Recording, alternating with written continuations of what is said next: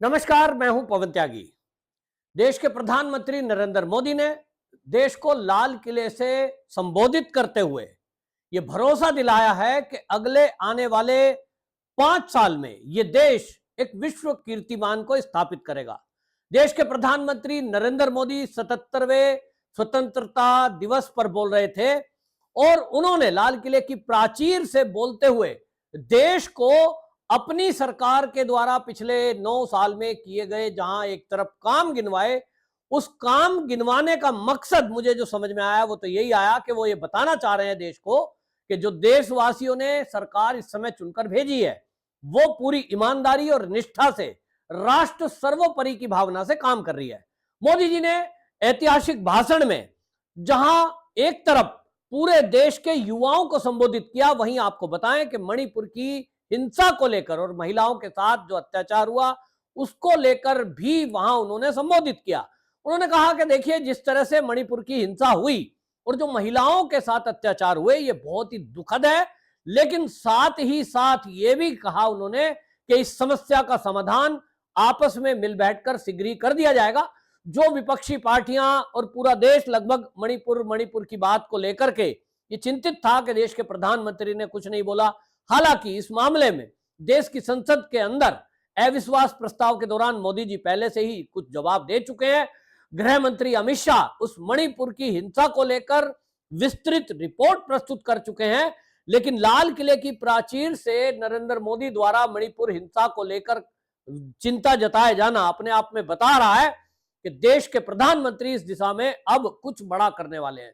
क्योंकि हमने मोदी जी का ये स्टाइल को देखा है 2014 में जब ये सरकार बनी है, उसके बाद से जब भी कभी मोदी जी ने लाल किले की प्राचीर से कुछ भी बातें बोली हैं तो आपको बता दूं कि वो देशवासियों के लिए एक हिंट होता है, एक संदेश है।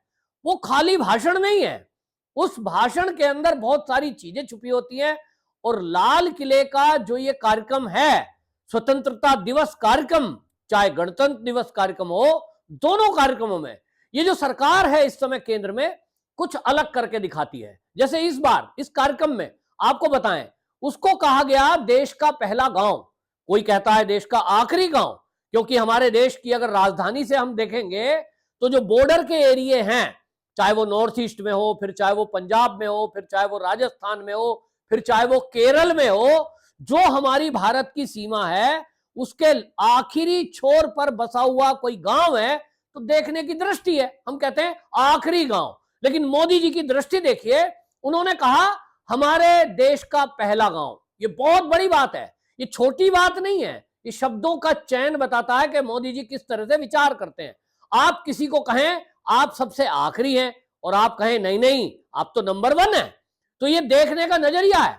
उन ग्रामवासियों को, उनके गांव के जो हमारे पहले गांव हैं, उनके प्रधानों को सह परिवार इस स्वतंत्रता दिवस प्रोग्राम में उसको विशेष अतिथि के तौर पर यहां आमंत्रित किया गया और उनको आप देखिए जहां वीआईपी बैठते हैं उस दीर्घा में बिठाया गया।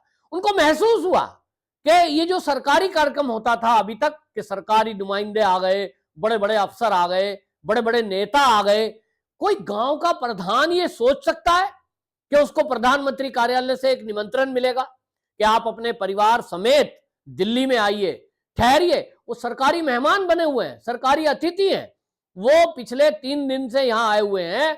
उनका रहने खाना और ठहरने की सारी व्यवस्था सरकार ने की है।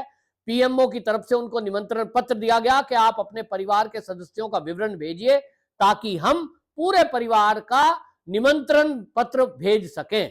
अब आप सोचिए कितनी खुशी उन लोगों को हुई है। व्यक्तिगत रूप से जो मेरे पत्रकार मित्र हैं उन्होंने उन परिवारों से बात की है, वो कह रहे हैं साहब हमें तो आखिरी आखिरी कहा जाता था।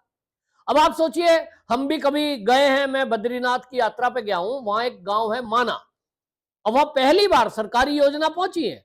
वहां जो भी फोटो खिंचवाता है, मैंने भी वहां सेल्फी ली, वो दिमाग में नहीं आया कि भाई देखिए ये है भारत का आखिरी गांव। अब उस आखिरी को मोदी जी ने कहा पहला गांव। दूसरी बात, जो सेंट्रल विस्टा प्रोग्राम है, जो सेंट्रल विस्टा जो योजना के तहत नई संसद और बाकी चीजें बनी है दिल्ली के अंदर, उसके जो श्रमिक हैं उनको भी अतिथि के रूप में स्थान दिया गया। वहीं एनसीसी के युवाओं को विशेष दीर्घा में बिठाया गया। मोदी जी ने व्यक्तिगत रूप से उनसे बातचीत की, उनके बीच गए, क्योंकि वो जान रहे हैं कि देश के युवा आज की डेट में हमारे भारत के अंदर 25 वर्ष से जो अधिक के कम के युवा हैं 25 वर्ष से, वो हमारे देश में सबसे ज्यादा हैं, और इसलिए उस पावर को मोदी जी समझते हैं। वहीं आपको बताएं मोदी जी का, जैसे कि अब देख ही रहे हैं 4 राज्यों में चुनाव है और अगले साल लोकसभा का चुनाव है, तो निश्चित रूप से कोई भी पार्टी का प्रमुख अगर होगा तो अपने काम को गिनाने के साथ साथ, लोग तो कहेंगे, विपक्षी दल कह रहे हैं साहब ये तो चुनावी भाषण था, भाई क्यों ना हो, अगर कोई अच्छा काम कर रहा है तो वो क्यों ना गिनवाए, चाहे कांग्रेस की सरकार हो, चाहे ममता दीदी की सरकार हो, अच्छा नहीं भी करते हैं तो भी अच्छा करके बताते हैं। अगर मोदी जी भ्रष्टाचार मुक्त भारत बनाने के लिए कुछ अच्छा काम कर दिए हैं, वो क्यों ना बताएं। तो मोदी जी ने बताया कि देखिए हमारा जो है, हमने 200 करोड़ वैक्सीन दी देशवासियों को, और वो भी फ्री में। इसी तरह उन्होंने कहा देखिए जिस तरह से हमने गांवों में 2 करोड़ महिलाओं को करोड़पति बनाने का लक्ष्य लिया, उनको स्वयं सहायता समूह और बाकी चीजों से उसने जोड़ा है। इसी तरह उन्होंने कहा कि देखिए अभी तक हमने 9 साल में 10 करोड़ फर्जी नामों को हटाया। फर्जी नाम मतलब जैसे राशन कार्ड, बाकी और सरकारी सुविधा, वृद्धावस्था पेंशन, विधवा पेंशन, इस सब में फर्जीवाड़ा चल रहा था और उससे देश का अरबों रुपया लोगों की जेब में जा रहा था। 10 करोड़ ऐसे फर्जी लोग, उनको आधार कार्ड से जब लिंक किया गया तो पता चला कि ऐसे लोग तो एग्जिस्ट ही नहीं करते थे। कोई विधवा इस देश में थी नहीं जिनके नाम पर विधवा पेंशन ली जा रही थी, वृद्धावस्था पेंशन ली जा रही थी। ऐसे 10 करोड़ लोग चिन्हित हुए, यानी गायब हो गए। तो मोदी जी ने कहा भाई जब ये गायब हो गए, ये मैंने किया है। इसी तरह उन्होंने कहा भ्रष्टाचारियों से जो संपत्ति की रिकवरी है, पहले की सरकार की तुलना में 20 गुना अधिक हमारी सरकार ने ईडी के द्वारा ये रिकवरी की है। अब जब ईडी कार्रवाई करती है तो साहब मोदी सरकार एजेंसियों का दुरुपयोग कर रहे हैं, यह आरोप लगता है, लेकिन उससे देशवासियों का फायदा है। भ्रष्टाचारियों पर नकेल कसी जाएगी। पिछली बार भी 15 अगस्त को मोदी जी ने भ्रष्टाचार पर नकेल कसने के हिंट दिए थे, लेकिन इस बार फिर से उसको रिपीट किया है। तो अब आप समझ लीजिए कि जिन्होंने भ्रष्टाचार किया है उनकी खैर नहीं है। पिछले बार 15 अगस्त को मोदी जी ने कहा था जिन्होंने देश का लूटा है उनको लौटाना पड़ेगा, तो रिकवरी हुई। ईडी ने कई ऐसे भ्रष्ट अधिकारियों को, नेताओं को पकड़ा है, लेकिन अभी रिकवरी और तेजी से होना है। और इसलिए हमने देखा है कि ईडी के जो डायरेक्टर है उनको लेकर के विपक्षी पार्टी एकजुट हुई, संसद में हल्ला मचाया, सुप्रीम कोर्ट तक पहुंच गए कि साहब ये नियुक्ति कैसे दी जा रही है, एक मिश्रा जी को ही क्यों बढ़ाया जा रहा है। पता लग रहा है कि अगले आने वाले दिनों में होना क्या है। इसी तरह उन्होंने कहा कि हमने ऐसे कानून बनाए जिससे भ्रष्टाचारी आसानी से नहीं छूटे, आसानी से जमानत ना मिले। ईडी के कानूनों को बदला गया है, इसी के कारण से ये हो रहा है। और 1800 ऐसे श्रमिक थे जो सेंट्रल विस्टा प्रोजेक्ट में काम जिन्होंने किया था, उनको लाल किले पर इस 15 अगस्त के प्रोग्राम में विशेष निमंत्रण दिया गया था। और आपको याद होगा पहले भी जब सेंट्रल विस्टा प्रोजेक्ट जो ये बन रहा था, उस समय मोदी जी वहां गए थे, श्रमिकों के बीच खड़े होकर फोटो खिंचवाना, उनसे बात करना, मिलना, ये हर जगह वो करते हैं। काशी कॉरिडोर में भी आपने देखा कि वहां जो श्रमिक थे उनके बीच वो बैठे, और बल्कि कुर्सी छोड़कर बैठे। तो ये सब जो है मोदी जी ने किया।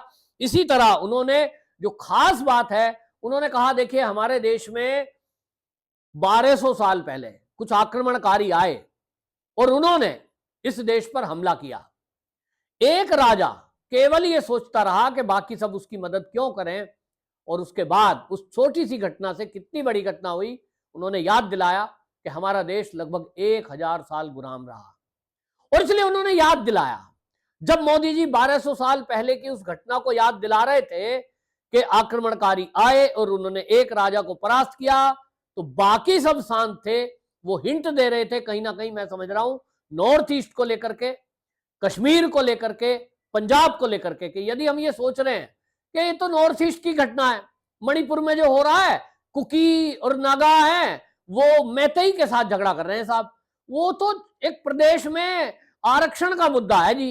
ये नहीं सोचना है। मोदी जी ने जो हिंट दिया है कि छोटी सी भी गलती, छोटी सी भी असावधानी कई बार 1000 साल तक भी गुलाम रखने की एक विभीषिका हमारे देश ने देखी है, तो अभी कोई हमसे ऐसा काम ना हो जाए। मणिपुर में यदि हमें दिखाई दे रहा है कि कोई प्रॉब्लम है, पूरा देश एकजुट होकर के उस समस्या के समाधान में काम करे। विपक्षी पार्टी को भी ये चाहिए कि राजनीति छोड़कर देश हित में वो काम करे, वरना अलग अलग बटे रहेंगे तो 1000 साल जैसे गुलाम रहे वैसे फिर से ना हो, ये उन्होंने कहा। और उन्होंने ये भी याद दिलाया कि इस समय हमारी मां भारती जागृत हो चुकी है, अगले 1000 साल के लिए अभी हमारा काम वो जो है अगले 1000 साल आने वाली पीढ़ियों के लिए लाभकारी होगा। इसलिए सब एकजुट होकर भ्रष्टाचार के विरुद्ध वो जो है कदम उठाएं। और वहीं आपको बताएं, उन्होंने जो है 3 बुराइयों का प्रण लिया कि भाई इन बुराइयों को हमें खत्म करना है। उसमें एक था भ्रष्टाचार, और दूसरा था परिवारवाद, और तीसरा था तुष्टीकरण। अब आप सोच लीजिए, उन्होंने इसका हिंट भी दिया है और भ्रष्टाचार मुक्ति की फिर से प्रण लिया है।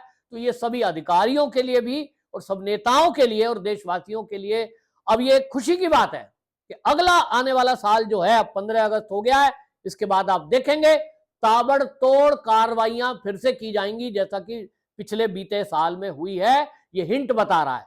दूसरा, उन्होंने जो परिवारवाद पर प्रहार किया है, मोदी जी बार बार कहते हैं कि परिवारवाद देश के लिए खतरनाक है, क्योंकि परिवारवादी जो नेता हैं और जो पार्टियां हैं, उनका तो नारा है of the family, by the family, for the family. तो वो बाकी और देश के लिए तो सोचते ही नहीं है, क्योंकि फैमिली के लिए सोचते सोचते देश कहीं पीछे छूट जाता है। इससे मुक्ति पानी है तो हमें समझना होगा कि जो परिवारवादी पार्टियां हमारे देश में हैं, उनको साइड करने की जरूरत है। मोदी जी ने बगैर कहे टीएमसी, समाजवादी पार्टी, कांग्रेस और एनसीपी जो शरद पवार है, ऐसे उद्धव ठाकरे की जो शिवसेना है, इनके ऊपर एक सीधा सीधा प्रहार किया है बगैर नाम लिए, कि जो एक परिवार की पार्टी है, लालू प्रसाद यादव की पार्टी आरजेडी। अब आप सोचिए, लालू प्रसाद, फिर उनका बेटा, फिर बेटी, फिर दामाद, यही चलता रहेगा। और इस तरह से उन्होंने जहां एक तरफ देश को संबोधित करके ये बता दिया कि अगला आने वाला साल भ्रष्टाचारियों पर और परिवारवादी पार्टियों पर, समझ लीजिए कि मोदी जी प्रहार करने वाले हैं। और देश को भी ये समझना होगा कि देश हित में परिवारवादी पार्टी है या राष्ट्रवादी पार्टी है। तुष्टीकरण की नीति के कारण जिस तरह से पिछले 75 साल ये कांग्रेस 65 साल रही देश में, इन्होंने तुष्टीकरण किया और तुष्टीकरण के कारण कई देश के भूभाग कमजोर रहे। इन्होंने खासतौर पे हिंदुओं का शोषण किया, उनको दबा के रखा, और ये अब नहीं होगा, ऐसा मुझे मोदी जी के भाषण से लग रहा है कि जो अभी तक हुआ वो अब आगे नहीं होगा। वहीं उन्होंने अपनी योजनाओं को गिनाया। उन्होंने कहा, देखिए 30 लाख करोड़ पिछले साल राज्यों को दिया गया, इस बार 100 लाख करोड़ रुपए बजट दिया गया। वहीं जो है उन्होंने कहा कि पिछले जो सरकारें थी, उन्होंने 90,000 करोड़ रुपए लोगों को फ्री मकान देने के लिए खर्च किए। इस बार हमारी सरकार ने 4 लाख करोड़ रुपए, आप समझ सकते 4 गुना ज्यादा है। इसी तरह आयुष्मान भारत के लिए 70,000 करोड़ रुपए खर्च किए। पशुधन टीकाकरण, ये तो मुझे भी नहीं पता था कि पशुओं के टीकाकरण में भी गवर्नमेंट ने इतना बड़ा अचीवमेंट किया है, 15,000 करोड़ रुपए खर्च किए। वहीं उन्होंने कहा कि देखिए हमारे देश का जो एक्सपोर्ट है वो इतना बड़ा है, ये भी एक रिकॉर्ड है, $500 बिलियन का एक्सपोर्ट भारत ने किया है, जो अपने आप में रिकॉर्ड है। और एक जिक्र उन्होंने संसद में किया था, जो अब लाल किले की प्राचीर से किया। हमारे देश के लिए एक बहुत बड़ी खुशखबरी है कि जो 13,500 करोड़ गरीब, ये गरीबी रेखा के ऊपर गए हैं, गरीबी रेखा से बाहर निकले हैं, ये बहुत बड़ी बात है। इसी तरह देश में 75,000 अमृत सरोवर बन रहे हैं, जो हमारे भविष्य के जल की समस्या को ठीक करेंगे। आप समझ ही रहे हैं कि उन्होंने प्रण लिया है कि ऐसे तालाब बनाए जाएं, तो वो तालाब बन रहे हैं। 18,000 गांवों तक मोदी सरकार ने बिजली पहुंचाई है। ये अचीवमेंट है जिसको लेकर अब विपक्ष बौखलाया हुआ है कि मोदी जी का जो ये भाषण है, इससे तो पूरे देश के अंदर और दुनिया में जो संदेश गया है, मोदी जी की पहले ही वाहवाही हो रही है, अब मोदी जी ने अपने कामों को और गिना दिया। तो भाई क्यों ना गिनाएंगे, कोई अच्छा काम करेगा तो अच्छा गिनाएंगे। कांग्रेस के पास कुछ गिनाने को है तो जिन राज्यों में उनकी सरकार है, भाषण दें और बताएं। तो क्या बताएंगे? हम फ्री का मोबाइल फोन देंगे, हम फ्री की बिजली देंगे, हम फ्री की बस यात्रा देंगे। इसके अलावा इन विपक्षी पार्टियों के पास कुछ बताने को है कि हमने लोगों के हित के लिए क्या किया है, कितनी नौकरियां दी हैं, कितने युवाओं को अपने स्टार्टअप दिया है, यह बताने के लिए शायद विपक्षी पार्टियों के पास कुछ नहीं है। और इसलिए मोदी जी का एक बेहतरीन भाषण हमने 77वें जो स्वतंत्रता दिवस है इस पर हमने सुना है, और वाकई में देश के अंदर एक नई ऊर्जा मोदी जी के इस भाषण से मोदी जी ने भर दी है। आपकी क्या राय है, कमेंट बॉक्स में जरूर बताएं। वंदे मातरम।